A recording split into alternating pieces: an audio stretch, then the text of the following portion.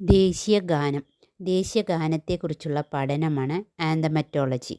1950 ജനുവരി 24-ന് ഇന്ത്യയുടെ ഭരണഘടനാ നിർമ്മാണ സമിതി ദേശീയ ഗാനമായി ജനഗണമനയെ പ്രഖ്യാപിച്ചത്. ദേശീയ ഗാനം രചിച്ചത് രവീന്ദ്രനാഥ ടാഗോർ. ബംഗാൾ ഭാഷയിൽ. ബംഗാളിൻ്റെ ഭാവഗായകൻ രവീന്ദ്രനാഥ ടാഗോർ. 1911 ഇന്ത്യൻ നാഷണൽ കോൺഗ്രസിൻ്റെ കൊൽക്കത്തയിൽ വച്ച് നടന്ന സമ്മേളനത്തിലാണ് ആദ്യമായി ആലപിച്ചത് സരളാദേവി ചൗധരി.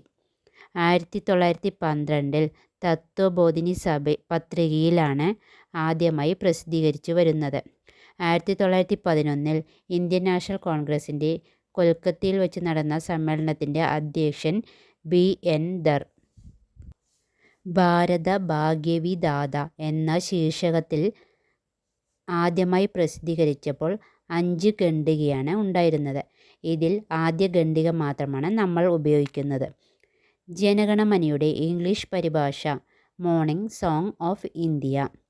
കൊൽക്കത്തയ്ക്ക് പുറത്ത് ആദ്യമായി ജനഗണമന ആലപിച്ചത് മാടനപ്പള്ളി, ആന്ധ്രാപ്രദേശ്.